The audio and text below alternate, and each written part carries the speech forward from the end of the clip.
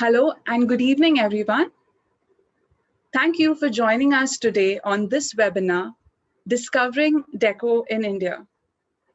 Today, we would be exploring the Art Deco architecture in the context of three different cities, namely Delhi, Madras, and Hyderabad.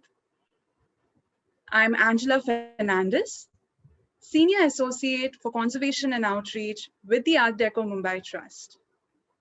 While the collection of Art Deco buildings in Mumbai is very well known, much appreciated, and also recognized as a UNESCO World Heritage Site, there are many cities in other parts of India that are dotted with stunningly beautiful examples of Art Deco structures that still remain unnoticed.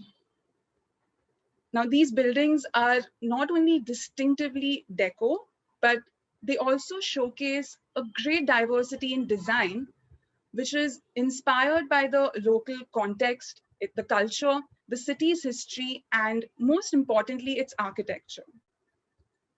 Our speakers today would be presenting some of these lesser known Art Deco jewels from their respective cities. And I'm very pleased to be welcoming them, our three speakers for today evening, Geetanjali Sayal, Nitya Gonnakuti, and Prathyaksha Krishna Prasad.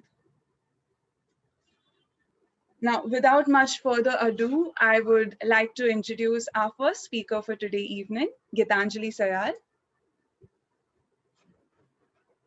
Geetanjali is an architect. She's based in Delhi currently, and she has a post-graduation in MA Narrative Elements from Central St. Martin's, London.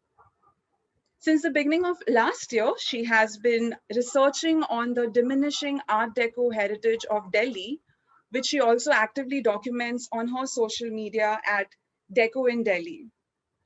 Her research has also won the Arts Research Grant from the India Foundation of the Arts, Bangalore, which is now going to support her in-depth study and documentation on this subject.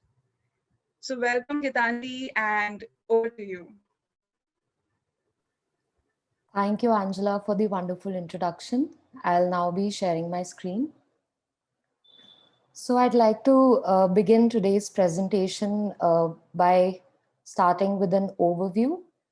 The findings and documentation in today's presentation are an attempt to start thinking about the Art Deco style in the context of Delhi for the first time, since the research was conceptualized in March 2020. Given the pandemic, the biggest challenge was to be able to first locate as many buildings as possible and then correlate it to some sort of a narrative based on its geographical location or the associated people instrumental in the propagation of the style in Delhi. Today's sharing only covers some of the explorations to primarily get a sense of how the style could have originated in Delhi and describe certain variations of it using some select examples. Moving on to the presentation structure, today I'll be covering chronological milestones to analyze the emergence of the Art Deco style in Delhi, role of the Delhi Improvement Trust, neighborhood development till the 1930s, popularity of Art Deco as a style, broad categories and typologies of the style in Delhi, followed by some examples which include princely palaces, typologies in the older quarters of Delhi, neighborhoods, cinemas, and finally elements and a spotlight on architects that we discovered. Finally concluding with the next steps that we have in the pipeline. So this shows these three timelines that I'll be considering in term for the chronological analysis of the style in Delhi, starting from 1911 and moving towards the 1940s. In December 1911, King George V announced that the capital of British India would be moved from Calcutta to Delhi. The construction began in 1912 at a site about 5 kilometers south of the Delhi city center, and the new capital was formally dedicated in 1931. The straight and diagonal pattern of the broad tree-lined avenues in New Delhi contrasted sharply with the crowded, narrow, and winding streets characteristic of Old Delhi. While the plans for New Delhi entirely revolved around establishing it as a seat of power for the imperial government, there was a need to look into managing older parts of the city due to the large in-scale migration from the countryside. In 1936, the Delhi Improvement Trust was established to manage the increasing population of Old Delhi, slum rehabilitation, and to design new neighborhoods which fell outside the purview of the imperial circuits. The trust set up a standing subcommittee to advise it on architectural questions and pass along recommended elevation types and standard plans prepared under the supervision of Western trained architects. Like you can see on this slide are examples of an elevation that was created for Hathikana Sadar Bazaar, which starts to display a slight influence of the Art Deco style. The active members of this committee included an engineer from the trust, Lala Sriram, one of the Delhi's wealthiest industrialists, and Mr. Walter George, a British architect engaged in the making of the New Delhi project. The Delhi Improvement Trust was involved in planning areas like the Reargan South for the richer estates, Western Extension for the middle classes, and Anda Mughal, Roshanara, and Hathikana for resettlement purposes. Neighborhoods that were known to be developed up to 1930 are the historic walled city, civil lines, Sabzi Mandi, Sadar Bazaar, Paharganj, New Delhi, and the new military cantonment. So in the early 20th century, Art Deco was gaining popularity in India for its experimental and eclectic nature. After peaking in Europe and the US, the style was encountered by the Indian elite while traveling overseas on ocean liners, while the larger constituency of middle class imbibed Art Deco as the very vision of modern living through the world of movies and product advertisements. In Delhi, alongside the establishment of the buildings of imperial governance in the revivalist neoclassical style, the Indian princes elite and the wider middle class were looking at alternative styles to represent their ambitions of modern living. The Indian princes who acknowledged the sovereignty of the British in 1911 were offered plots in the new capital. With Bombay as the epicenter of the Art Deco style, it managed to influence the design of public buildings, places of entertainment, residences of the elite and the middle class in a new few neighborhoods of Delhi, mostly seen outside the zones of imperial governance. Neighborhoods identified with the presence of buildings in the or influenced by the Art Deco style include Sabzi Mandi, Sadar Bazaar, Chandni Chowk, Daryaganj, Karol Bagh, Paharganj, Central Delhi, and Sundarnagar. Next, moving on to looking at broad categories of like some of the variations of the style that we saw in Delhi, starting from the pure style where it's like quite evidently seen in the elevation of the building and the form of the building, and also more heavy on ornamentation or geometric patterns. And the second category being the streamlined modern style, which was more influenced by the nautical elements and the sleek locomotive designs, and a more emphasis on the horizontality and the rising vertical towers. The second being the hybrid category, where possibly an existing style has been merged with the newer Art Deco style, and one can see both the layers at one time. And finally, the some of the elements that we identified inside the buildings where the entire building was not necessarily in the Art Deco style. These are some of the broad typologies that we have been able to identify, uh, namely the princely palaces, the private residences, some landmarks, some commercial complexes, and a few hotels. Starting with the princely palaces marked here in red, Dholpur, Kota, Jaisalmer, and Kanika, that came up during the 1930s and were built in the Art Deco style, are the earliest examples of the large-scale implementation of the style. The rulers of Dholpur were allocated a plot on which they built a palace in the Art Deco style. Kota was also allocated land in 1915 within the territorial group of Rajputana on Shah Jahan Road. Located next to Dholpur House, it was constructed as a palace for Maharao Umeed Singh in 1938. The building was designed in the Art Deco style by Master Satya and Bhuta. Jaisalmer was also allocated land on Mansingh Road in 1915, but due to financial constraints, the construction of the palace started in 1938 on the design by architects Master Satya and Bhuta of Bombay and executed by contractors Banwari Lal Lakshmi Chand of New Delhi. Another example of a princely palace is the Faridkot House on Copernicus Marg. Carl Moult von Heinz, an Australian architect and a close friend of Raja Inder Singh, might have helped in designing Faridkot House with Sir Soba Singh as the contractor. The design of the palace conforms to the Art Deco style with the presence of some classical elements. Lastly, Kanika House, located on Tilak Marg, was the property of Raja of Kanika, a large zamindari estate in Odisha. The palatial house exhibits features of the streamlined modern style with a few Art Deco influenced features in its interiors. The next cluster of Art Deco style buildings can be found in the older neighborhoods of Delhi. Primarily the typologies seen are commercial complexes, private residences, hotels, cinemas, and institutional buildings. Starting with Shankar Terrace, that was built in the 1940s, which also housed the clinic of India's first allopathic Dr. Hemchandra Sen. The new building was constructed in place of an older, modest, double-storied house. Dr. Sen set up the Imperial Medical Hall press and a typesetting module next to his clinic, which remained as one of the leading presses in Delhi for a while. The building currently functions as a thriving lighting market of Delhi. Possibly designed by Master Satya and Kothari, Shankar Terrace exhibits Art Deco elements in its exterior and interiors. The main towering element rising above the rest of the building with its flat roof, ornamental vertical bandings, and the use of hexagonal geometry in the towers running along its side elevation are some of the key features. Ramrukh Clock Tower is next, which is located in Sabzi Mandi and was built in 1941.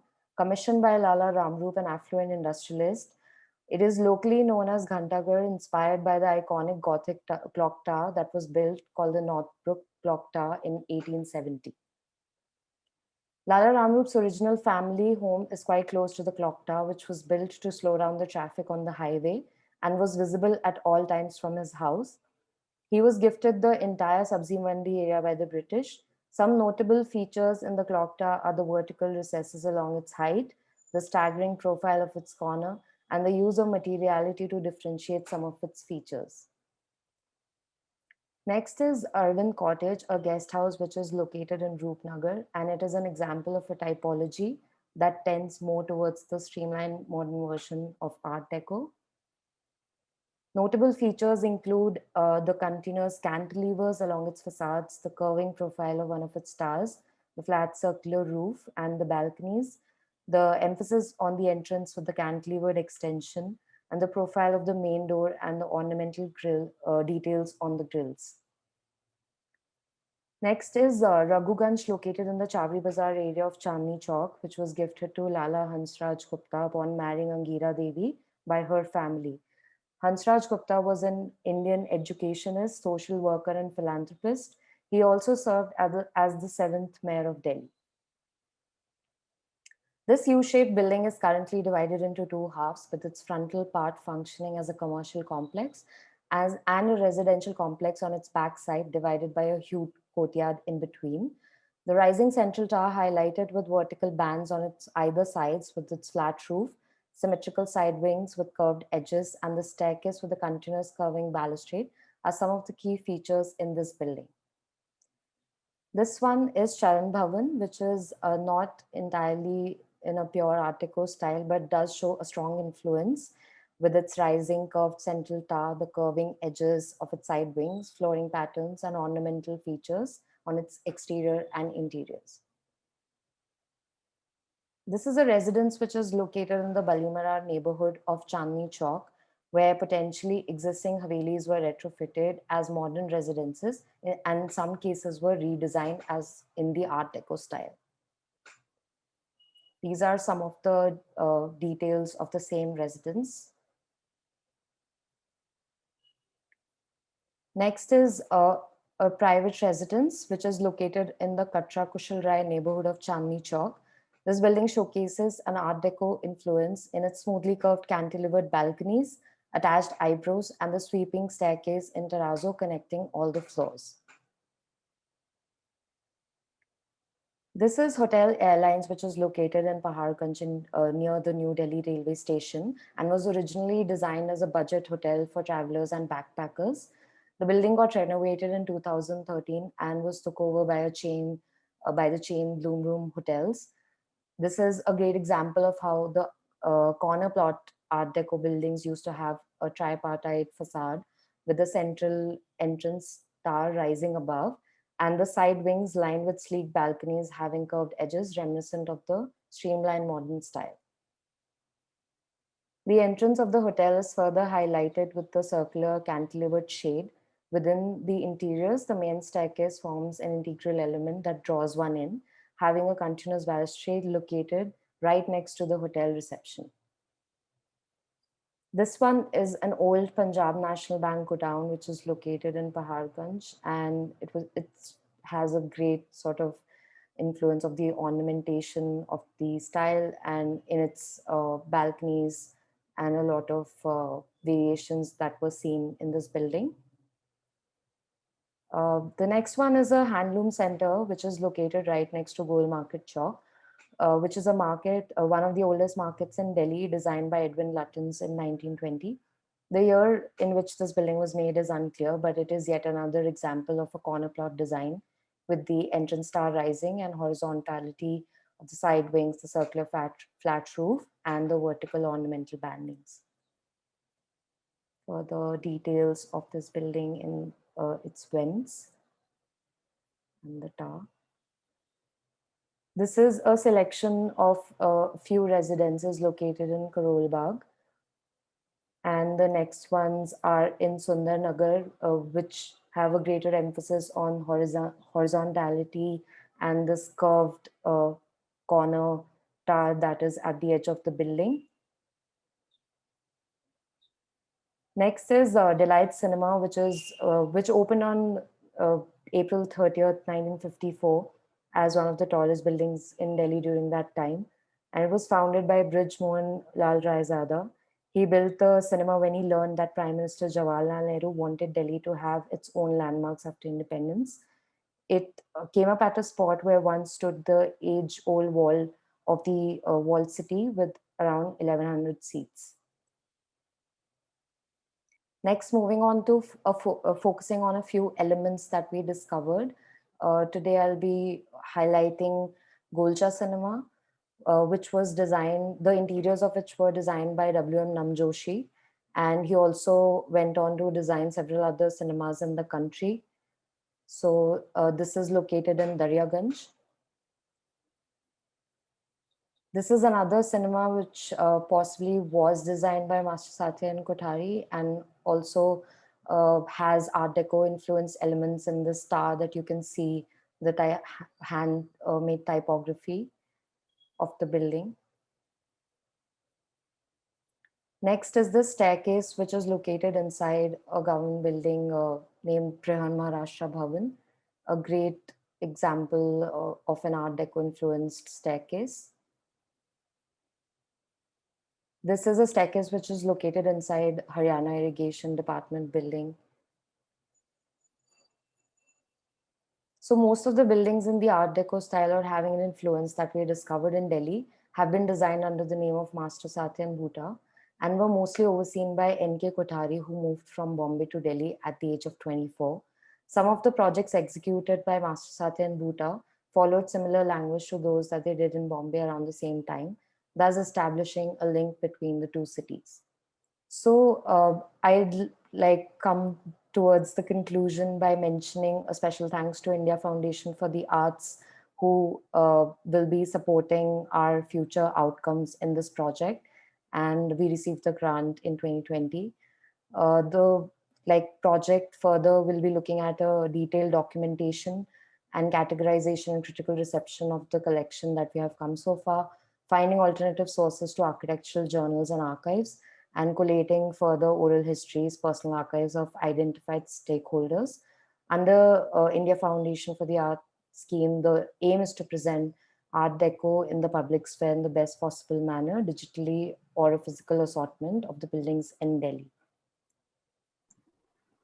Thank you so much, Geetanjali, for the presentation. I think it very well summed up all the documentation with such beautiful pictures.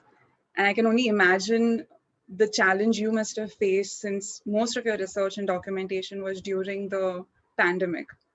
So thank you once again. And now moving on to our next speaker, that is Prathyaksha Krishna Prasad, for her presentation on Madras, or also known as Chennai. Pratyaksha is an architect with a double master's in urban conservation and in history and heritage management. She is the founder of the Heritage Art Collective, which is a bespoke research and documentation conservation studio.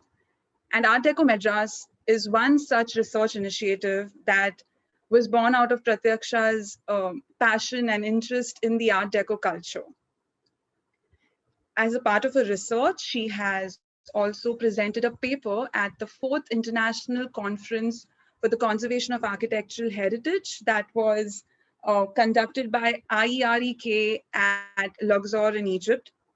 And Pratyaksha has also been a part of the Art Deco Mumbai team back in 2017, where she helped build the foundations for the organization, which we still stand on today. So thanks, Pratyaksha, for sharing your presentation here. You can now share your screen. Thank you so much for the introduction, Angela. I'll start by sharing my screen. Yeah. So Art Deco Madras was born out of my passion for Art Deco architecture, which kind of reinforced during my time at Art Deco Mumbai, and I'm very thankful for this opportunity to present my thoughts on the Art Deco architecture of Madras. So I'll start with giving a brief evolution of how Madras itself developed as a city, and then move on to showing different building typologies that are that I've come across during this time. So the evolution of Madras started at a small British factory that was established along the river Kuvam. And it was basically between the shoreline and the river where this factory was established. And later on, from that point, the city itself grew northwards. And so it was established in August 1639, and due to the activities of the factory itself, there was a need for labor, and a sort of establishment came across after a point of time. And like any other colonial city, there was a distinct black town and white town that eventually became a settlement along the river. And the fortifications were brought in later on, because there were many other um, um, uh, establishments, coexisting. Basically, there were pressures from the French and from the Anglo-Indians. So later on, the fort itself grew because the number of British people, or the East India Company itself, became a large part of the city. So they had all the colonial establishments, or the main, the holding was from inside the fort, and the Black Town opened up for people who are migrating from other places, from other villages, to come down and settle, because this place was booming with the opportunities. So to look at it on a larger scale, you can see that the city limits currently is so much, and you can see how the city has slowly evolved, starting from the 1600s to the 1970s, or even today it is still growing horizontally. It was between this 1920s and the 1950s that there was a boom of Art Deco culture, which this was basically seen as an opportunity by the Indian architects and by the elite population of the city, to kind of move away from the usual Indo-Saracenic architecture that was prevailing in the colonial city towards something that was modern. So Art Deco was seen as that opportunity, and um, with movies and other cultures coming in, Art Deco paved way to kind of become a part of the society in many walks of life. So these are the few areas that we've identified so far. With You can see that most of the Art Deco buildings that we've identified so far are within the major city limits, although the district is still kind of organically growing with the growing population. Um, so moving on, I'm going to be showing different typologies that are available in the city. This particular clock tower is the Roypeta clock tower, which is one of the oldest example of Art Deco structure that can be found in the city. So this is the only structure belonging to the 1920s, the late 1920s, that is available in the city. The other ones that are there belong to a much later period. Like most of the buildings that we came across were from the late 1930s. So this is the only earliest 1920s structure that we came across. So again, all these are located in the major part of the main city itself. So you can see that there's a certain kind of similarity in the clock towers, with very few variations being seen. So it's kind of pure in the structure itself. With there is a kind of geometry, and the only kind of variation that is given is through the various layers that can be seen. So this is one. Moving on, there are compared to what we usually see in Mumbai, because Mumbai has a large stock of apartment buildings in the Art Deco style. In Chennai, we can see two different types. Like the major part of the residential buildings of that we came across in the Art Deco style have always been individual bungalows. So these bungalows are located in major areas like Keelpok, Nungambakam, Amanjikare, Shenoy Nagar, and all these very affluent locations in the city. And there's a very huge stock of such Art Deco bungalows in an area called Gandhi Nagar in Adyar. So this is the other kind of Art Deco residential buildings.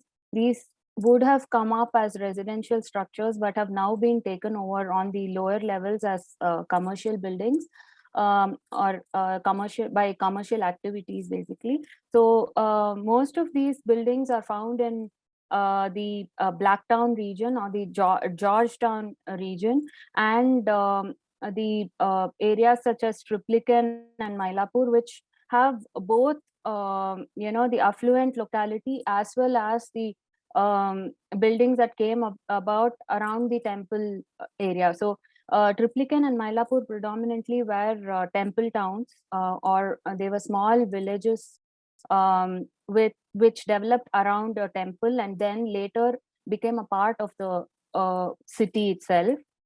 So we can find Art Deco buildings in these areas. Like you can see how there's a wall-to-wall construction happening, and it's only the facade that is kind of used to express all these small details that bring out the Art Deco style itself. So the other kind of building typology that one can see are the institutional buildings. So here the top left corner photo is the Bank of Mysore building.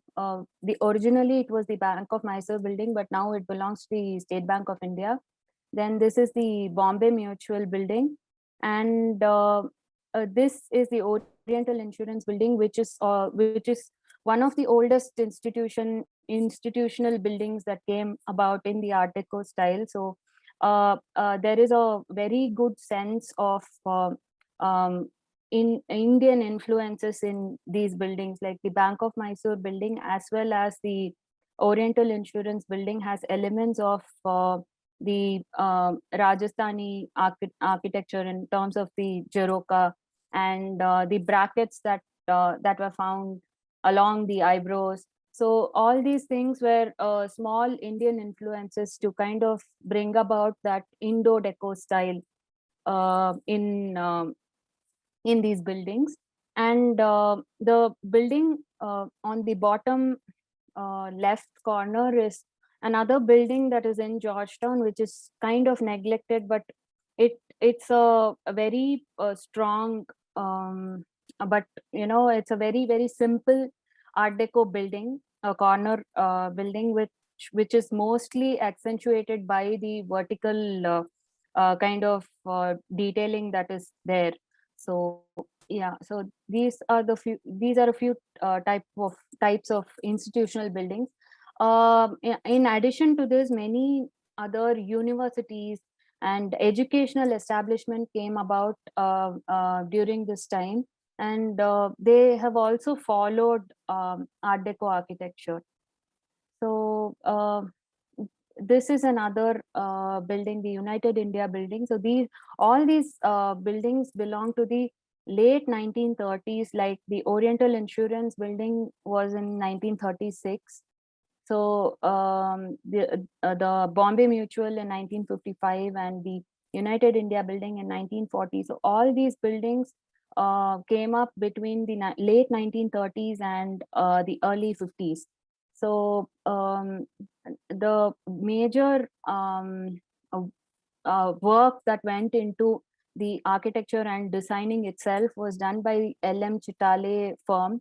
So this was the first kind of building that was built by architect L.M. Chitale. So later on, there were many other buildings that came up by this particular firm. So the other typology, like any other city, are the famous talkies or the theaters that came about. So many of these don't exist anymore.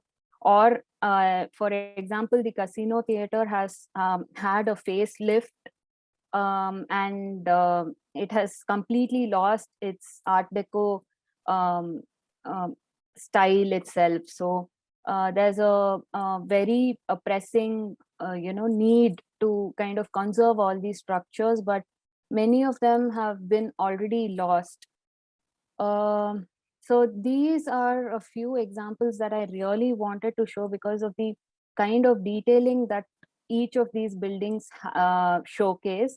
So these are not in Chennai, but I did include them because when I say Madras, eventually it used to be Madras Presidency, and and all these buildings used to fall under Madras Presidency. So these buildings belong in down south. So there are many others, like in areas like the Chettinad and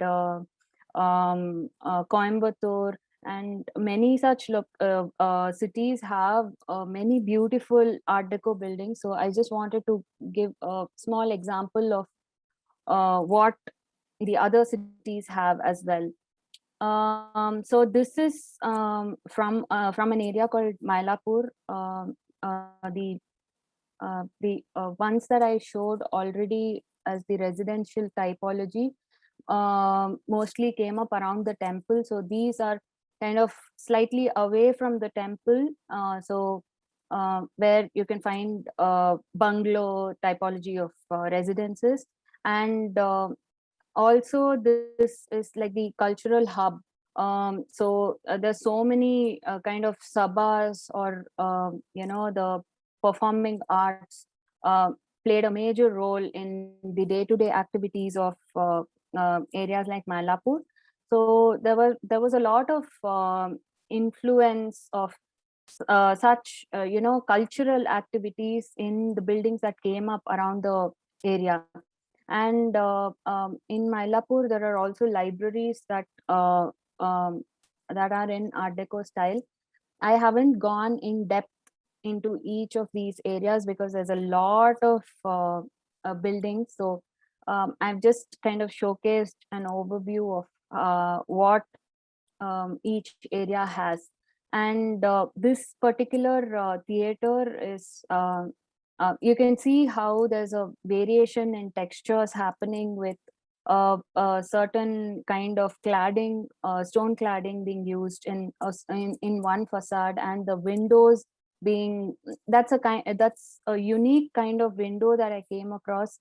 I didn't come across any such a window in any other building. So I just wanted to showcase that. These are another typology, basically, where the entrance gateways, they were given a great deal of importance in all these buildings that came about during that time. So the first picture is the entrance gateway, or it was a commemorative gateway that was built in 1955 for the Madras Zoo. It was called the Darwin's Gate. So back then, the zoo was within the city limits. It was eventually moved to another place called Vandalur, where the zoo exists today. But this kind of this was the a Darwin Gate. This was built for the commemorative celebration of the zoo itself at that location. So the other two, again, the Oceanic Hotel was one of the very few hotels that was present around the city. So it was built in 1954 and eventually demolished. But until few years,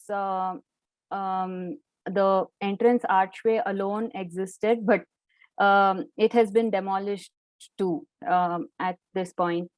So you can see how the name Oceanic and all these elements of the sea have been brought about to, not just bring out the name of the building or the hotel, but it's also kind of symbolizing the name in a sense. So this was one typical kind of um, use of elements in the Art Deco style. The other one is the Dharma Prakash. This is still there. It's a it originally was a hall, and it's still being used as as a hall for various events. So yeah. So this is another a theater which has now been converted into a hall. So you can see how there's a certain sense of symmetry. There are central nautical features, and then there's a sense of layers being used throughout the facade. So there's a very true sense of Art Deco being used. And the additional or the annexed buildings that have come about have also been built in the Art Deco style. So eventually, I think over a period of time when the building was converted into Kalyana Mandapam or a marriage hall, there are elements that are being lost, and they've kind of compromised on the style itself. So yeah, so this is another very interesting fact that I came across while I was talking to various stakeholders. So there are many residences with which belong to doctors at that point in time. So there are a few, interesting numbers of residences which operate as nursing homes and clinics, and even today it is still functioning with the, I think, the second generation or the third generation of doctors still treating patients at this in this building. So this particular building was built by the owner's grandfather. So the owner has his consultation rooms in the building, and he also has his residence at the rear of this building. And at this point, this is in a major locality. Like you can see, there's already a sort of development that has happened on either side. So there's a pressing need for them to let go of the site. But that I think that is that idea holds good for all cities. There's a pressing need for development, and people want to let go of the properties. That's when it occurred to me that this style of architecture has to be kind of talked about more, so people understand the value of how this has acted as a transition from a predominantly colonial city to towards a modern city. So that bridge happened through Art Deco, and I think that point needs to be spoken about more to kind of create the awareness. So in this particular building, like you can see, the original X-ray facility is still there. So this used to be the oldest and the only few hospitals or nursing homes that provided a X-ray facility at a very low cost, or sometimes free, depending on the patient. So that was one thing that really interested me. And yeah, so yeah, the other major point is that many buildings that came about in Madras followed the Madras terrace roof type, and there was an extensive use of oxide flooring, mostly red oxide, in combination with terrazzo flooring. So red oxide flooring and the Madras terrace roofs were kind of available in this part of India predominantly, and even with a very modern style, the traditional techniques were kind of used to keep up to the vernacularity of the structure. So this is another building in T Nagar. So interestingly, the architect of this building, who is the father of the current owner, he was the one who constructed the building that I showed previously, Ramarao Polyclinic, and he used to work with architect L.M. Chitale. So that was a very interesting thing that I came about.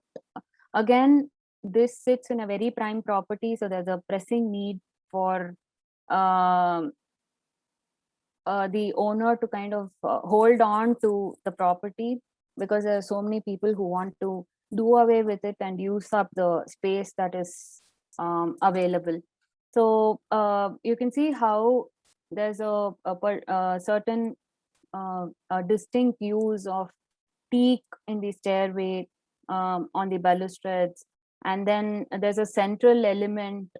There's a use of reliefs, and in the corner windows, if you notice, have all followed the traditional South Indian style of window pattern. So it's a very simple straight window with a ventilator. So that's like a typical vernacular style of windows and doors that have been used in many South Indian buildings or residences particularly. So that is been used in the Art Deco style as well. And the concrete grill again is a very typical Art Deco element. So there's a certain sense of curvature as well as symmetry being followed in this structure. So this is another one. This is a residence that's been converted into a cultural center. Again, you can see the use of textures in the facade itself, uh, between the one enhancing the ground floor and the other one that enhances the first floor. And then there's use of eyebrows along the balconies, and there are porthole windows with zigzag patterns.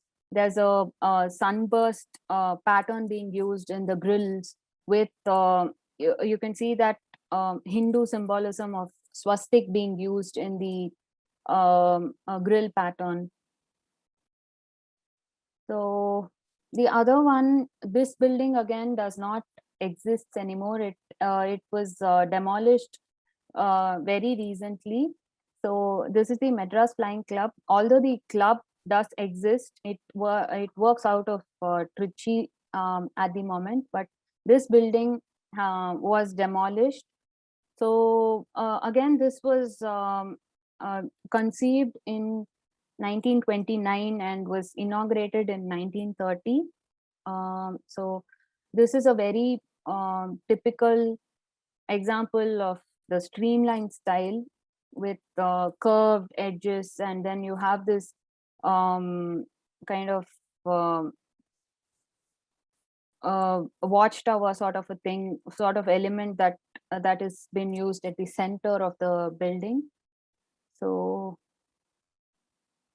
the next one is the this is the building that kind of instigated me, or it kind of piqued my interest towards Art Deco in Madras. So this was demolished in 2010. So these images were taken right just before the demolishing happened. So the entrance gateway that I showed earlier of the Dharma Prakash, so both these Dasa Prakash and Dharma Prakash were constructed together in 1954. This was one of the best kind of hotels available at that point in time, and they were very famous for their ice creams and dosas and all that. But also in terms of architecture, you can see how there is a very interesting play of textures and colors, and also in terms of patterns. So this particular element was very, very unique to this building. And again, this performance area sort of, which was found on the rooftop, had a very unique kind of style to it.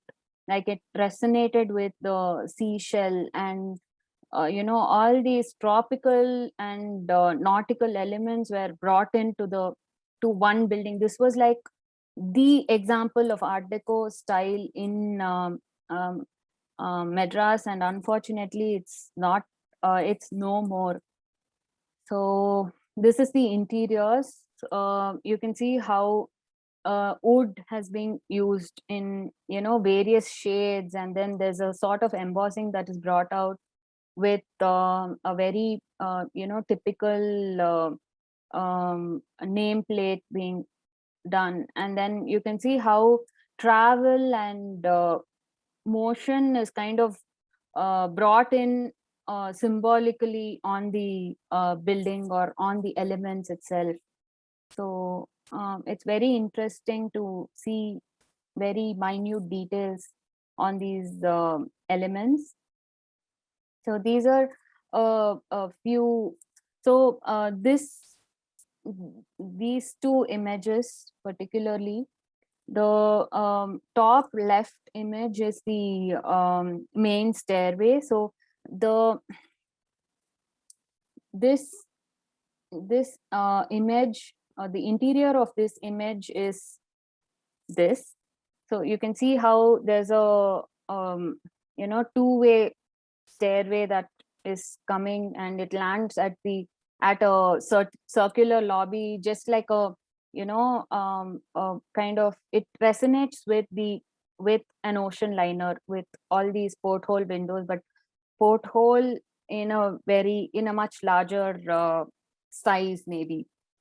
And you can see how concrete has been manipulated and used in a certain way in terms of the shading element as well as the grill element.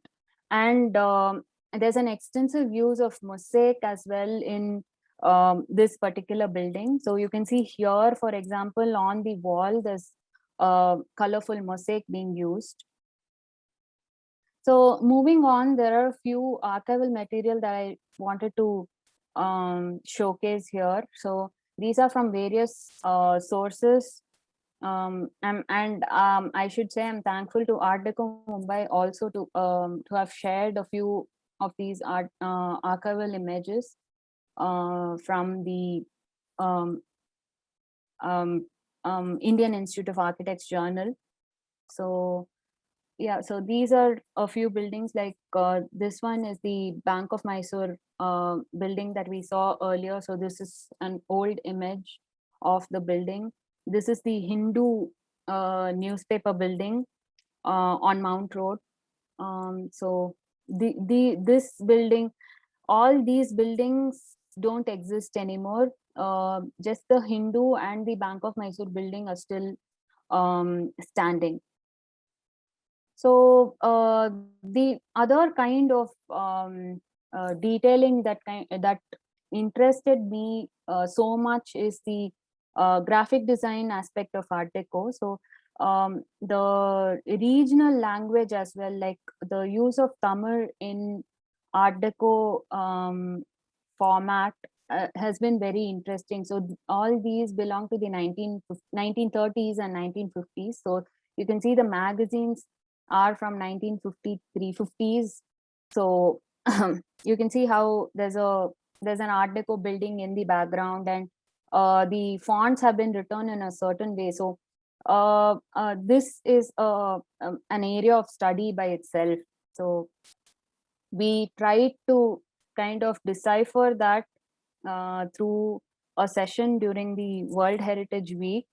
So but I think that was just a start. There's a lot more to do in terms of typography and graphic design in Art Deco style itself. So again, here you can see the Oceanic Hotel building. So the building wasn't visible in the earlier image. This was like a souvenir that I found on the internet, on eBay. Actually, the product wasn't available anymore, but then I found that this was very interesting. So the building itself is visible in this particular image, and you can see how there's a film diary, and then there's a certain kind of marketing for films and movie theaters, and they're all kind of resonating Art Deco in a certain sense. Either the building itself is kind of a part of the advertisement, or there's a certain type of typography which is sleek and I would say a combination of thick and thin being used to bring out the Art Deco style in the advertisements. So again, this was an exercise that we did with an initiative called Nam Veedu Nam Uru Nam Kadai. So this particular initiative talks about various narratives that relate to history, oral histories mostly, and the city. So this was one exercise where art and journaling was kind of used as a means to create awareness among people. So there was this traveling journal that we each one of us put in our thoughts on. I mean, as a journal, and this was passed on to various people. It traveled to various parts of the city, and various people's heritage and relationship with with the city was kind of brought out in the form of creative journaling. So my spread mostly talked about art deco and art deco elements that can be found in the city. So this was a series of I wouldn't say talks, but live sessions that we did on Instagram during the World Heritage Week. So we mostly talked about various elements and features that kind of define Art Deco in Madras itself, because there's a very typical use of vernacular elements and traditional elements in Art Deco style in Madras. So we wanted to kind of create that dialogue amongst people on Art Deco architecture. So there's a sense of awareness, and more such buildings are being preserved. So this was kind of one step towards that. And lastly, this is what we've been kind of working towards, an Art Deco map for Madras. And I'm also working towards creating virtual tours of buildings that I've already documented but don't exist anymore. That would be a very interesting thing to explore. So that is one thing. And then the other aspect of it was to kind of record all these associations of various people with the building.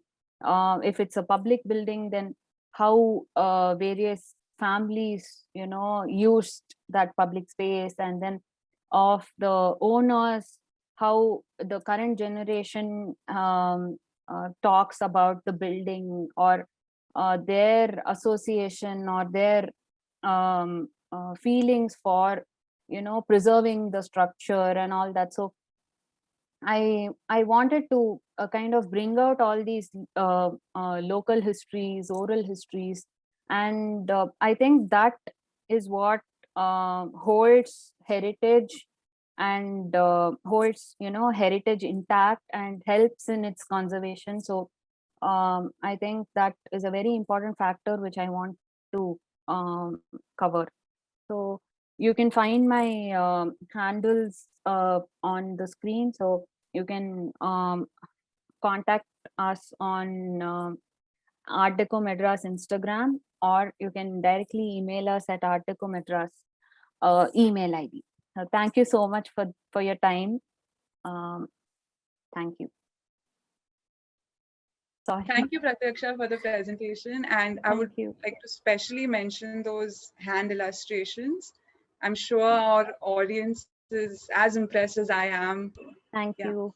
Thank you. And now moving on to our last speaker, Nitya Gonnakuti. So Nitya is an architect and a heritage enthusiast, and she began her journey of documenting Art Deco in Hyderabad in 2019 with a main interest in photo documentation, research, and illustration. Having documented 70 buildings till date, she still continues to explore the style in Hyderabad, and also showcases her documentation on her social media at Art Deco Hyderabad. So thank you, Nitya, and yeah, you can take over. Thank you, Angela, for the introduction. I will now share my screen and start my presentation. I will now begin my presentation on Art Deco in Hyderabad. So I will start off with a little bit on the history of Hyderabad and move towards the Art Deco development in the city. So Qutub Shahi dynasty was established in the 1500s and Golconda Fort was its capital. So if you see here, that's the outline of Hyderabad. That's the Musi River flowing through, and that's Golconda. So in 1591, Hyderabad was formed as the new capital, and Charminar, as everybody knows, the famous structure, was the first built structure, and the city was designed around it. Then in 1687, Aurangzeb captured Golconda and took over. Then in 1724, the Nizams, who were the admin under the Mughals, took over and established the Asafjahi dynasty. Then in 1789, there was something called the Treaty of Subsidiary Alliance that was signed. British Army was provided to the Nizams in exchange for money. Then in 1806, to the north of Hussain Sagar, Sikandrabad, the twin city of Hyderabad, was formed as a separate British cantonment. For those of you who don't know, Hussain Sagar is a lake with the famous Buddha statue in the middle. Then in the beginning of 1800s and mid 1800s, there was no urbanization, no industrialization that came to the city. But then in 1874, when the Sikandrabad railway station was built, it brought not only industrialization and urban growth, but like factories also started coming up around it. It increased the importance of the twin cities and primarily Sikandrabad. Then it increased trade between cities and it increased the northward expansion of the city, which naturally meant that there would come up residential buildings there. Then in 1908 and 1911, respectively, there was the Great Musi River flood and the bubonic plague. And right after that, there was something called the City Improvement Board that was formed in reaction to what happened in 1911 and 1908.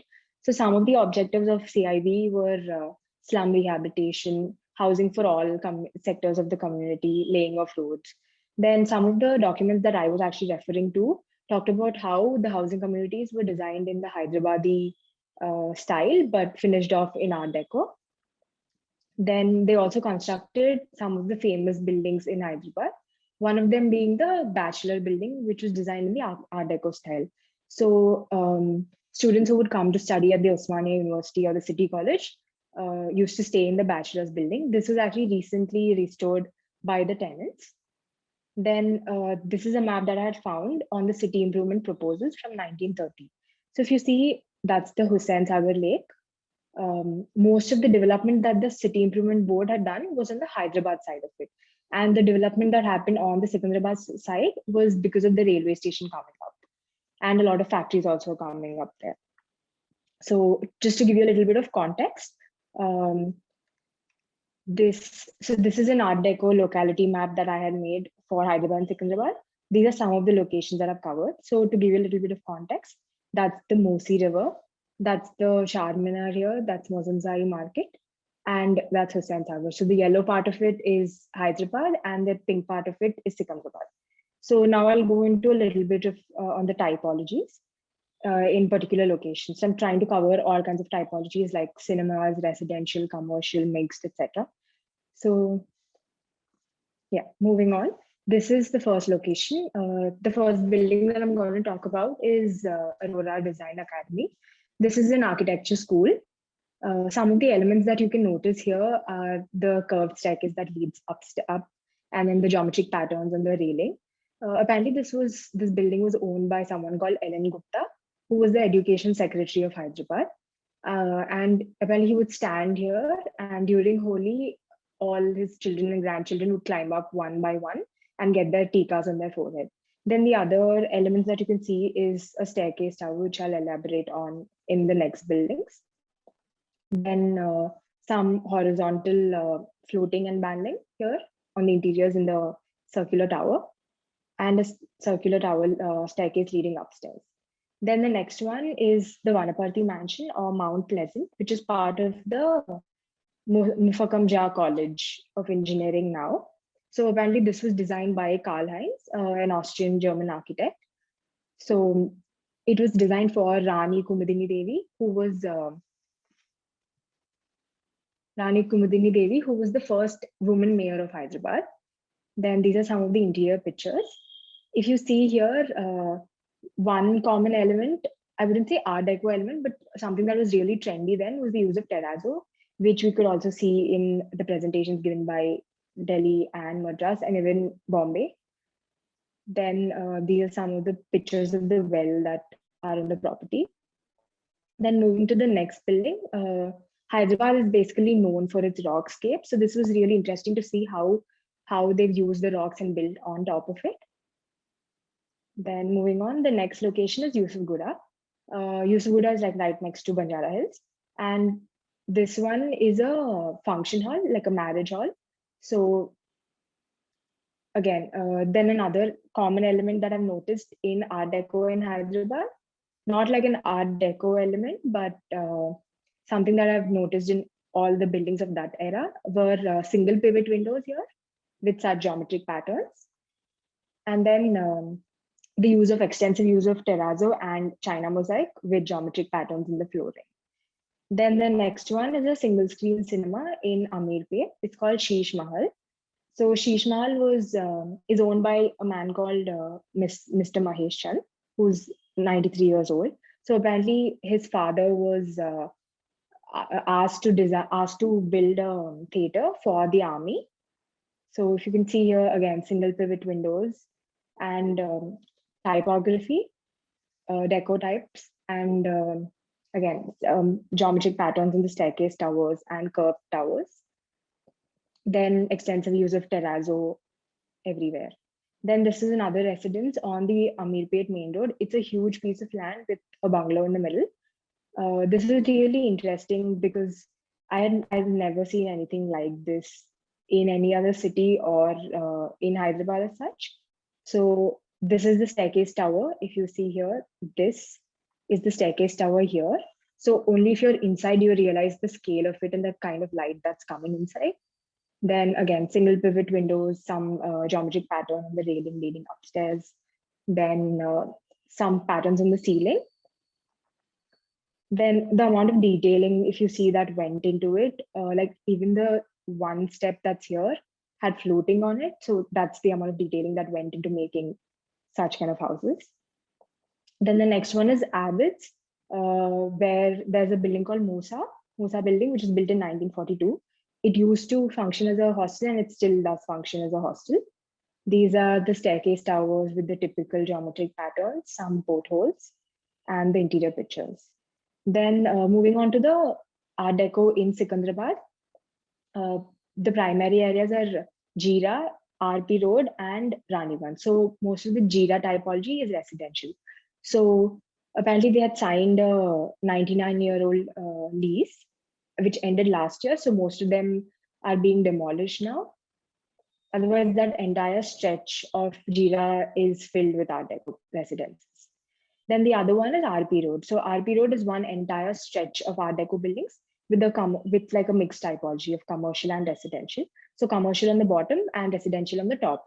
So if you see, there are things like banks, electronic shops, and different kinds of commercial activity that are happening there. Then that's RP Road. Here also commercial and then residential here in the top and at the back. This was recently demolished. Then the next one is Maritpalli.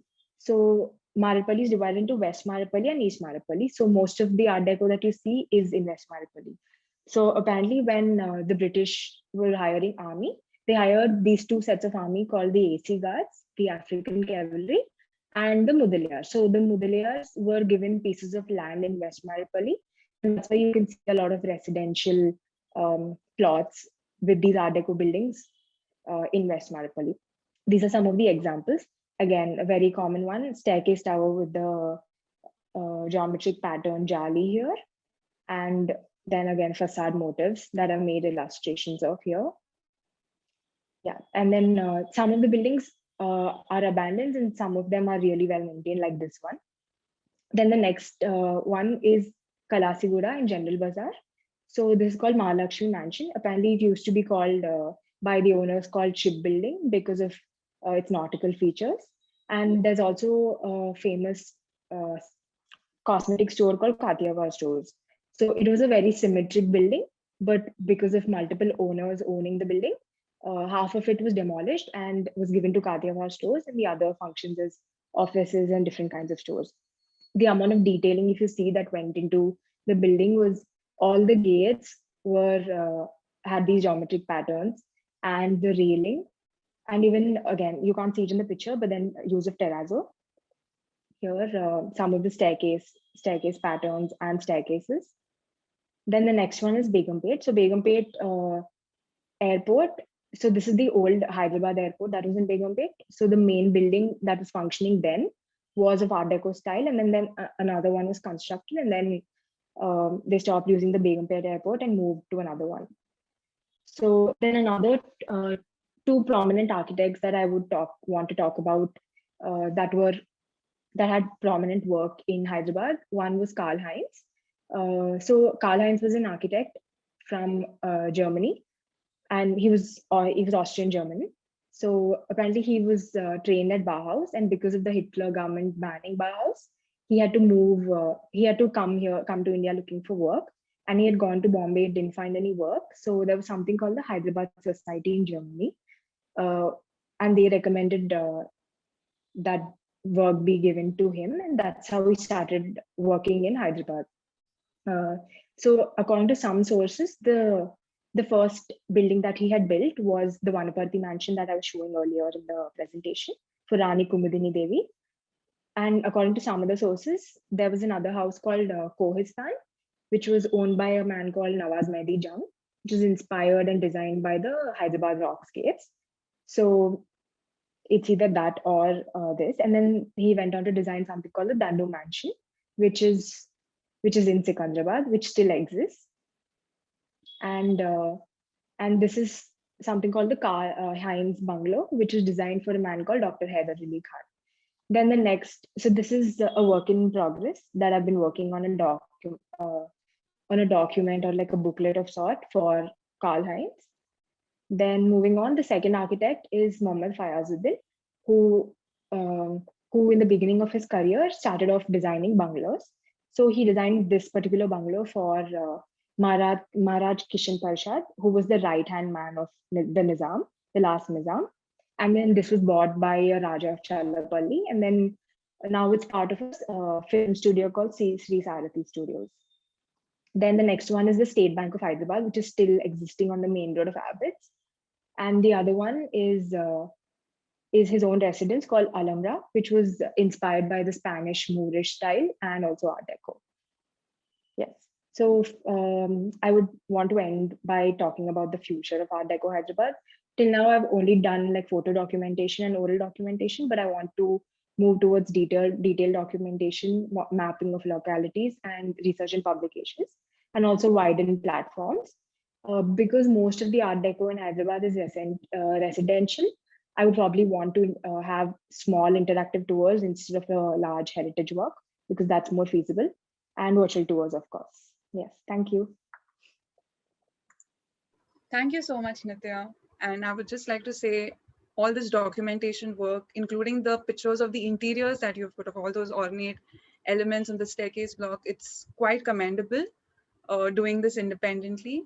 So thank you again. And now we'll quickly move into the Q&A session since we are running a bit short on time. We have a few questions from our audience. I just request the speakers to switch on their videos. So our first question is from Dennis from Malaysia. And I guess this is for all our speakers. How did you decide what gets documented and what doesn't? Is there a criteria set to this exercise? Geetanjali, would you like to take this up first? Yeah, sure. Thank you, Denise, for the question. I think primarily to start with where we realized are clusters of certain buildings that exist. So that became our starting point. And then looking at how like dominant the features are in those buildings. So initially when we started documenting, we were looking at elements and buildings with a much higher influence of the Art Deco style. but actually the shortlisting happens later on when you're like out on the streets and you're like exploring and looking here and there. You don't know where you're gonna spot the next one. So you just really go on documenting quite a lot. And then once you come back to the drawing board and you're looking at connections and you're trying to build those narratives, is when you try to then further streamline the, you know, documentation in that way. So that's how we've been doing it till now. Yeah. Pratyaksha, would you like to add something? I think more or less that's what all of us would do in terms of documentation. But it also boils down to all these small features and, you know, the year that it was constructed and how it has been kept. And okay, what about these buildings that we've lost? Are those already documented? And how do we put that to a platform that is more accessible to others? So all those things also feature in while we document these buildings. So it's not just about what exists, but it's also about these buildings that we've already lost. And I mean, it is important because at some point those become an inspiration for us to, you know, work towards the conservation of the ones that exist today. So yeah. Yes. And I think he also had a second question, which he says, how could keen members of the public access and your research findings? And we also have another similar question from a travel blogger, Soumya, who wishes to cover some of these buildings which you all have presented on her trips. And so she asked if it's possible to get a list of Art Deco buildings and their locations in all three cities. Nitya? So I think that since, like I was telling, that most of them are residential, so you probably won't be able to get an access inside, especially if there are a lot of people. But then, like for example, Sheesh Mahal, the owner was really interested in us coming and like having a walking tour, making all of us see the building. So that was really nice. So I think if someone wants to reach out, then they can reach out to us, send us an email, and then maybe we can give them a list. And also, people, like some of the buildings, all you have to do is ask. Like if they say no, then you can't do anything about it. But then yeah, I think that's. Yeah, would any of y'all like to add to that? Yeah, I think I would love to connect over email and then kind of take it forward, because then we can look at specifically what areas can be done and if we need to seek any permissions in advance. Yeah. Yeah. And on the point that Nitya was talking earlier about, you know, getting access, we have a question from Arlene. She asked, while researching or working on Art Deco structures, have you found that its owners are aware about the importance of their structures, or do they mostly see it as a functional structure? And how do we preserve as many of these structures as possible? About okay, there are a few owners that I've spoken to, but majorly the two buildings that I showed, which are nursing homes and clinics, but the top floors are residential, or the building behind the portion behind the clinic is you know, residential. So their problem was the current generation is not interested anymore, or they've moved out of the city to you know, they either stay abroad or in a different city. And they it comes down to who maintains the building after this person is you know, he is not there anymore. So I mean, that's a very, you know, crucial question, I think, to many of these privately owned buildings, because it's the family's decision to do whatever they want to do. And I don't know if in India, or maybe I don't know about the other cities, but the awareness in terms of awareness, I think Mumbai is way ahead in comparison to Chennai. But I mean, that aptitude for heritage itself I think plays a very major role in all these, conversations about what happens to the building, and what are they going to do with it, or would they be giving it to a public I don't know, institution to kind of make use of it in a different way. Those are all, very open-ended questions, which I don't know, there are multiple answers to it. So yeah. What about you, Nitya? I mean, those images, getting those images for the interiors, I know is not a very easy thing to do. So how was it like approaching, and what was your experience with the So owners? usually whenever I go to a building, they usually think I'm from the government and then I want to like do something to their building. So I have to like take a proper printout of things and say that, okay, this is what I'm doing, this is why I'm doing it. And then some of them are really welcoming, and then some of them are like really, they don't like anybody entering their house. So that's been a challenge. Like, hmm. Yeah, Geetanjali. So for us, it's been like very different in terms of awareness. It's not too much, if I have to summarize in one line. Only in cases where like a few private residences and the people, like, it's been carrying on forward from the previous generations. And, like if the person who actually designed or built the building has mentioned or spoken about it to their family, is only the times when we hear, like one residence that I showed in my presentation, which was in Katra Kushal Rai. The current owner lady, like she goes on and on about how, her father-in-law had designed this building and where all he got the stuff from. So she had a lot of information. But generally, like when it comes to commercial complexes and buildings, they are more prone to like being changed, which has happened to quite a bit of them. So in that case, they don't, right now, though, they don't see the heritage awareness is not too much when it comes to those buildings. They think that heritage is mostly the Mughal and the Indo-Sarsen Yeah. colonial That's the case styles. with Hyderabad as well. Yeah, I think that's the case throughout India. The awareness for modern heritage or the 20th century heritage is just picking up. And I think we are at the right point now to create that awareness and aptitude for 20th century heritage as well, as much as, Mughal or Indo-Saracenic or Victorian Gothic for that matter. Yeah. Okay, our next question is, this is for only Delhi and Hyderabad. Isa asks, are Art Deco elements inspired from ocean streamliners seen in even non-port cities like Delhi and Hyderabad? Yeah, there are like, I guess once the design started coming out in the public domain in the port cities, then it kind of was traveling to other cities as well.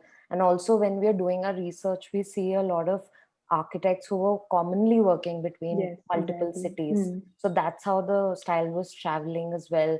And like I mentioned in the presentation, the Indian elite who were initially belonging to different parts of India, and once Delhi became the capital, some of them had to come and settle here. So they were already aware during their travels, got exposed to the style, and it was then just a matter of translating it to their private mansions. So I like that's how the exchange for Art Deco was going on. Like it was very Yeah, I organic. think Yeah. even in Hyderabad, it was similar to that.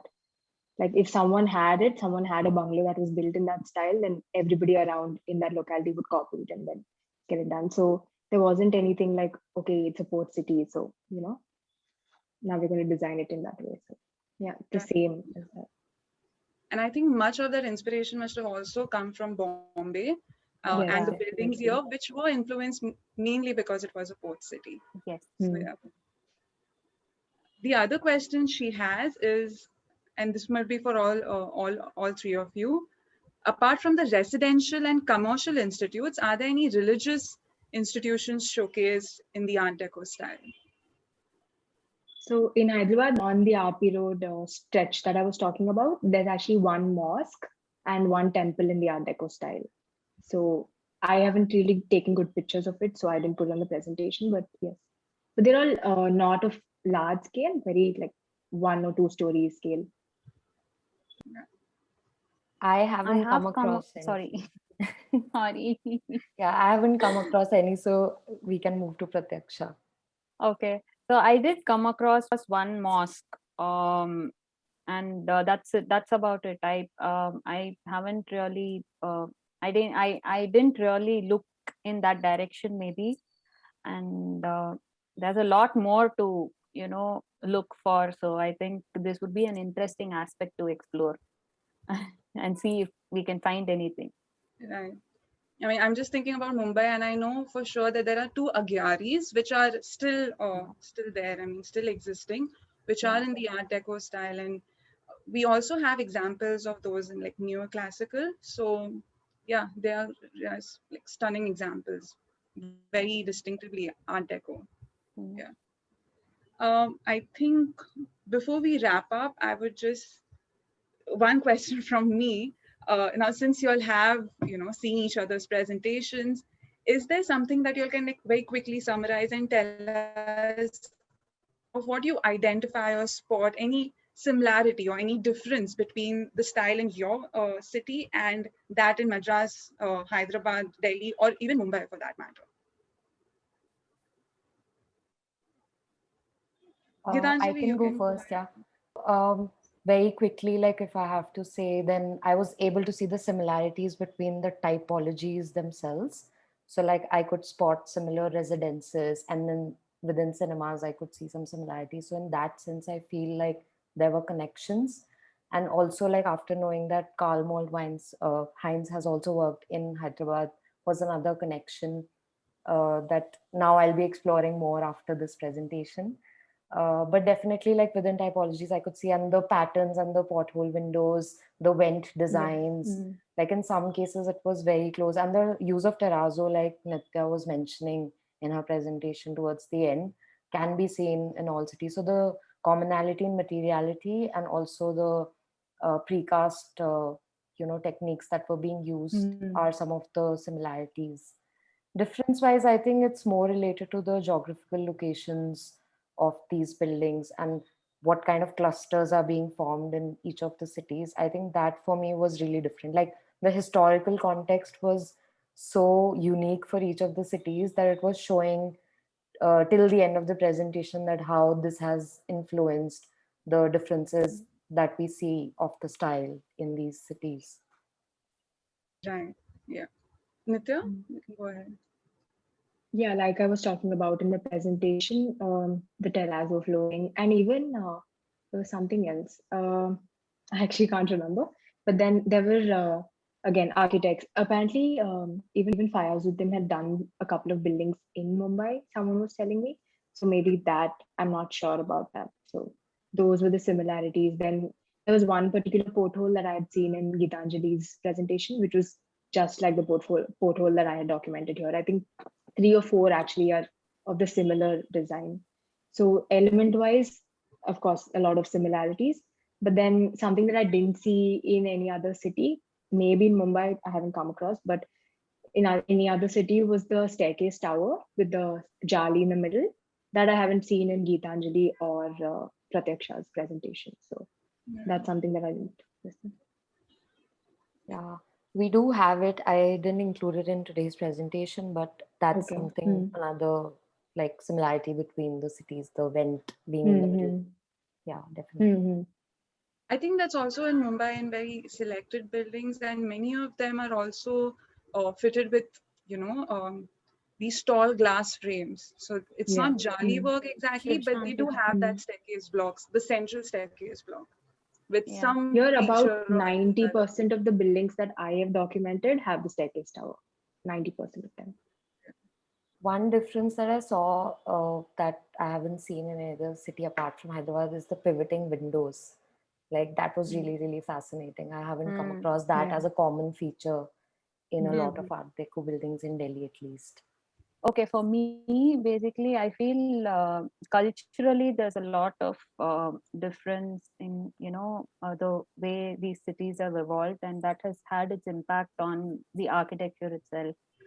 So, and even today, I feel Madras or Chennai is on the conservative side, even though, there are so many things happening.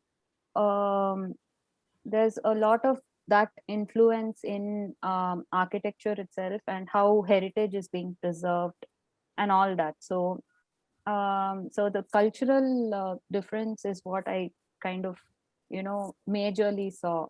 And I think in terms of attitude towards heritage, we're all on the same boat. So, Yeah. so yes. Yes. Yeah, and similarity.